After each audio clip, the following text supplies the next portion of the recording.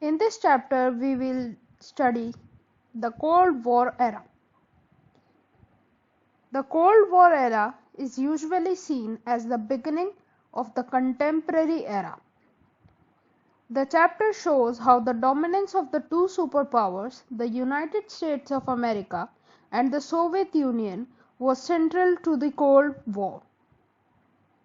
The chapter views the non-alignment movement as a challenge to the dominance of the two superpowers and describes the attempts by the non-aligned countries to establish a new international economic order, NIEO.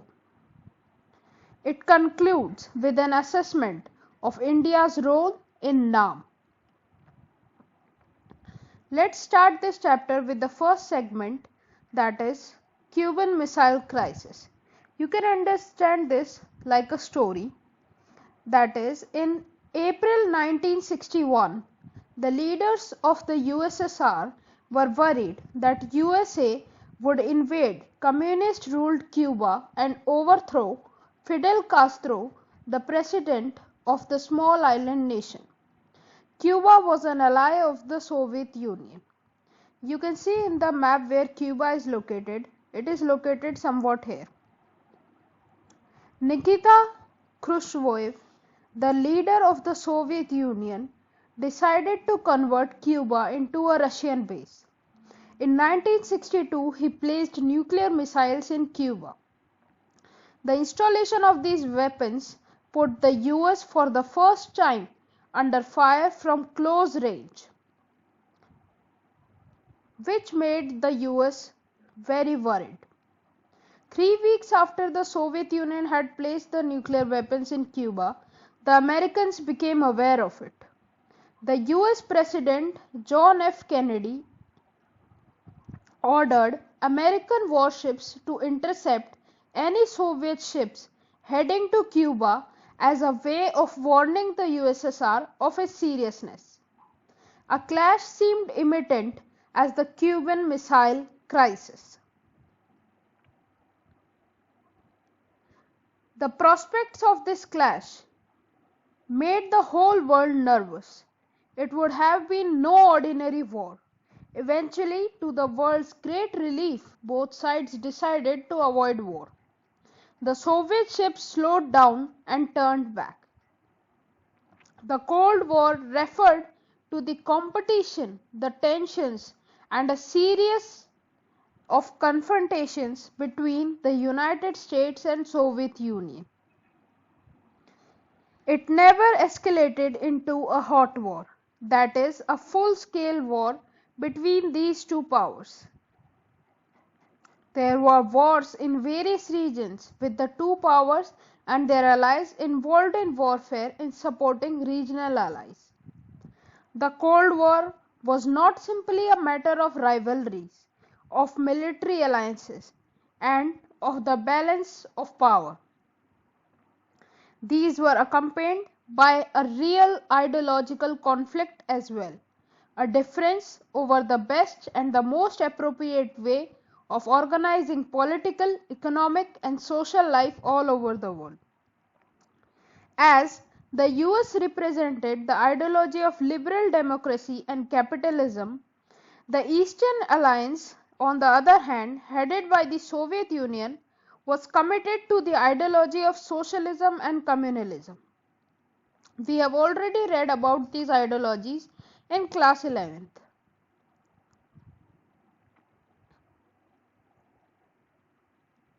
What is the Cold War?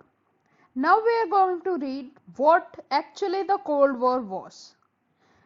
The end of the Second World War is a landmark in contemporary world politics. In 1945, the Allied forces led by US, Soviet Union, Britain and France defeated Germany, Italy and Japan, ending the Second World War. The war devastated the world in terms of loss of human lives and civilian property. It led to large-scale destruction all over the world. The First World War had earlier shaken the world between 1914 and 1918. The end of the Second World War was also the beginning of the Cold War between US and USSR. The World War ended when the US dropped two atomic bombs on the Japanese cities of Hiroshima and Nagasaki in August 1945, causing Japan to surrender. Critics of the US decision to drop the bombs have argued that the US knew that Japan was about to surrender and that it was unnecessary to drop the bombs. They suggest that the US action was intended to stop the Soviet Union from making military and political gains in Asia, also to show Moscow that the United States was supreme. US supporters argued that the dropping of atomic bombs was necessary and important to end the war quickly and to stop further loss of American and Allied lives. But the consequence of the end of the Second World War was the rise of the two new powers on the global stage. The United States and the Soviet Union became the greatest powers in the world with the ability to influence events anywhere on Earth. While the Cold War was an outcome of emergence of the US and the USSR as two superpowers rival to each other, it also rooted in the understanding that the destruction caused by the use of atom bombs is too costly for any country to bear. When two rival powers are in possession of nuclear weapons capable of inflicting death and destruction unexpectable to each other, a full-fledged war is unlikely. In spite of provocations, neither side would want to risk war since no political gains would justify the destruction of their societies. We all know how much destruction was caused in Hiroshima and Nagasaki. Even if one of them tries to attack and disable the nuclear weapons of its rival, the other would still left with enough nuclear weapons to inflict unexpectable destruction. This is called the logic of difference. This is called the logic of deterrence. The deterrence relationship prevents war, but not the rivalry between powers. The two superpowers and the countries in the rival blocs, led by the superpowers, were expected to behave as rational and responsible actors. They were to be rational and responsible in the sense that they understood the risks in fighting wars that might involve the two superpowers. When two superpowers and the blocs led by them are in a deterrence relationship, fighting wars will be massively destructive. Responsibility meant being restrained and avoiding the risk of another world war. In this sense, the Cold War managed to ensure human survival. In the next segment, we are going to read about the emergence of the two power blocs. The two superpowers were keen on expanding their spheres of influence in different parts of the world. So they created allies, joining smaller states and other countries to their superpower. The smaller states in the alliance used to link the superpowers for their own purposes. They got the promise of protection, weapons, and economic aid against their local rivals, mostly regional neighbors with whom they had rivalries. That is why they stayed with the superpowers. The alliance systems led by the two superpowers threatened to divide the entire world into two camps. This division first happened in Europe. The Eastern Europe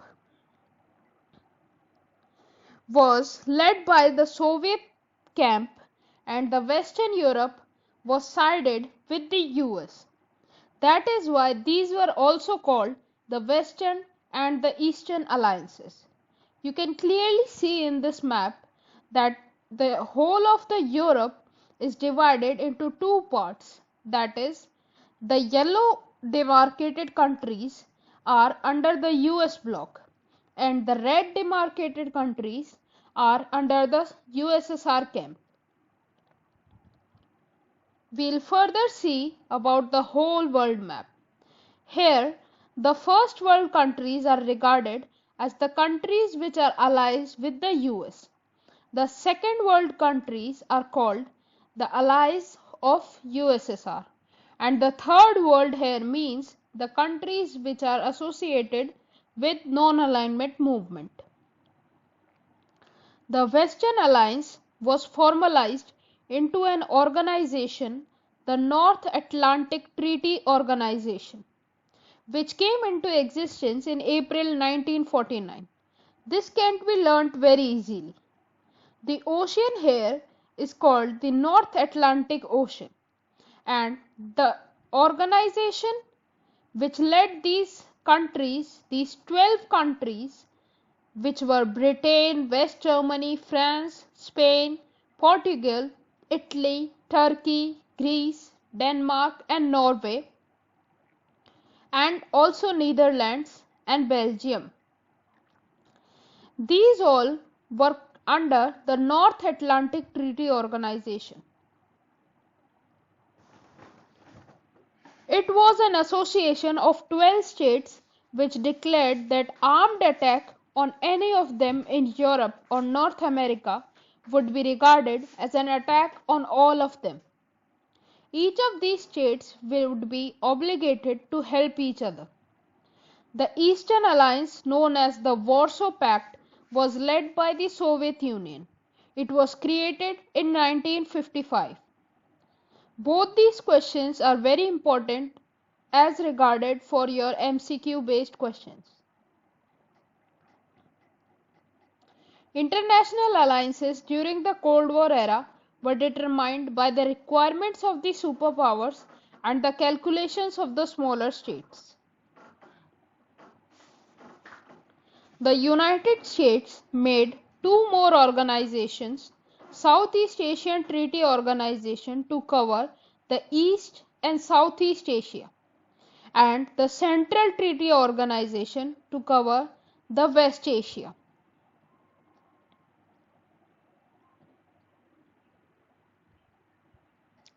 The other important development during the Cold War era was the non-alignment movement, which gave the newly independent countries of that time a way of staying out of the alliance.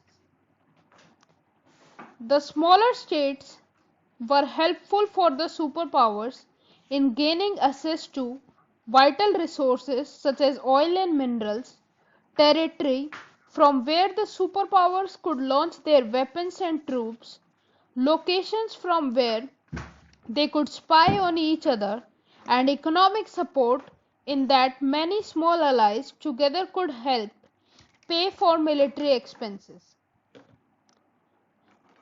There were more ideological reasons too. The loyalty of the allies suggested that the superpowers were winning the war of ideas, that liberal democracy and capitalism were better than socialism and communalism, or vice versa. This question regarding what is the need of the allies for the superpowers is very important regarding your exam point of view. Next is the arenas of the Cold War. Arenas here means conflicts of the Cold War or debates of the Cold War. The Cuban Missile Crisis that we begin this chapter with was only one of the several crises that occurred during the Cold War. There were many crises between the two superpowers which posed direct confrontation in Korea, Berlin, the Congo, and several other places. Crisis deepened as neither of the parties involved was willing to back down. A great many lives were lost in some of these arenas like Korea, Vietnam and Afghanistan. But the world was spared a nuclear war and global hostilities. Jawaharlal Nehru, one of the key members of the NAM, played a crucial role in mediating between the two Koreas. In the Congo crisis, the UN Secretary General played a mediatory role. By and large, it was the realization on the superpowers' part that war by all means should be avoided that made exercise resistant and behave more responsibly in international affairs. Both the superpowers tried to avoid war in every manner. The two sides understood that war might occur in spite of restraint. Either side might miscalculate the number of weapons in the possession of the other side. They might misunderstand the intentions of the other side. Just think for one time what would have happened if a nuclear war would have started between the two superpowers. The whole world would have ended. Next up, we are going to study about the how these superpowers coordinated between each other to control nuclear weapons and nuclear wars. In time, therefore, the US and USSR decided to collaborate in limiting or eliminating certain kinds of nuclear and non-nuclear weapons. This was called a stable balance of weapons through arms control. These were the Limited Test Ban Treaty, Nuclear Non-Proliferation Treaty, and Anti-Ballistic Missile Treaty. These three treaties were signed between the two sides during the decade of 1960s. Now we are going to study about NAM as a challenge to bipolarity. Bipolarity here means the two poles or two superpowers, that is US and USSR. The newly decolonized countries of Asia, Africa and Latin America, a third option, had an option not to join either of the alliances. The roots of NAM went back to the friendship between three leaders: Yugoslavia's Josip Broz Tito, India's Jawaharlal Nehru, and Egypt's leader Gamal Abdel Nasser, who held a meeting in 1956. Indonesia and Ghana also supported them strongly. These five countries came to be known as the five founders of NAM. The first non-aligned summit was held in Belgrade in 1961. This is a very important MCQ.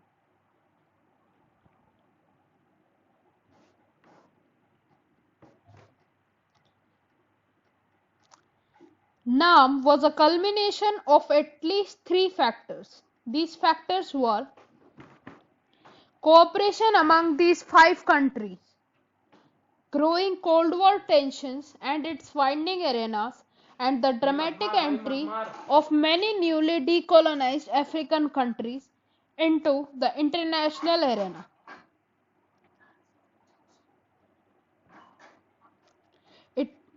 Non-alignment was not about being a member of an alliance. The policy of staying away from alliances should not be considered isolationism or neutrality. This line is very important according to exam point of view. Non-alignment is not isolationism, since isolationism means remaining aloof from world affairs. In comparison, the non-aligned countries, including India, played an active role in mediating between the two rival alliances in the cause of peace and stability. Non-alignment cannot be considered neutrality because neutrality refers to a policy of staying out of war, while non-aligned states, including India, were actually involved in wars for various reasons. They also worked to prevent war between others and tried to end wars that had broken out. For example, India intervened between the war in the both Koreas. Next up is the new international economic order. Majority of the non-alignment countries were regarded as the least developed countries. That was to be more developed economically and to lift their people out of poverty. Economic development and sustained development was very necessary for a country to be truly free. So, the non-alignment countries started the idea of a new international economic order, which gave them the freedom to give the LDCs control over their natural resources exploited by the developed countries, obtain access to Western markets so that the LDCs could sell their products, reduce the cost of technology, and provide LDCs with a greater international economic institution.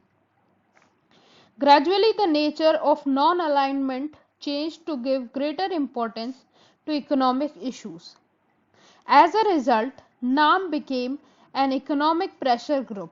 By the late 1980s, however, the NIEO initiative had failed because of stiff opposition from the developed countries who acted as a united group. India and the Cold War. At the end of this chapter, we would look at about India and the role played by India in the Cold War. At one level, it took particular care in staying away from the two alliances, and at the second level, it raised its voice against the newly decolonized countries becoming part of these alliances. India was in favor of actively intervening in world affairs to soften World War rivalries. India tried to reduce the differences between the alliances and thereby prevent differences from escalating into a full-scale war. Indian diplomats and leaders were often used to communicate and mediate between Cold War rivalries, such as in the Korea War in the early 1950s.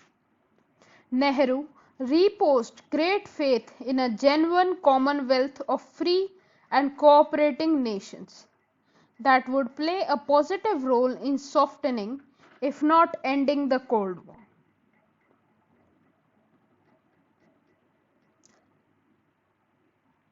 A non-aligned posture also served India's interests. First, non-alignment allowed India to take firm international decisions and stances. Second, India was often able to balance one superpower against the other. Means it could tilt towards the other. Neither alliance could take India for granted or bully it. Rather than this, two criticisms were imposed on India's policy of non-alignment. First, India's non-alignment was said to be unprincipled because it served only India's national interests. Second, it was suggested that India was inconsistent and took contradictory postures. India signed the Treaty of Friendship in August 1971 with the USSR for 20 years. This was regarded particularly as virtually joining the Soviet Union.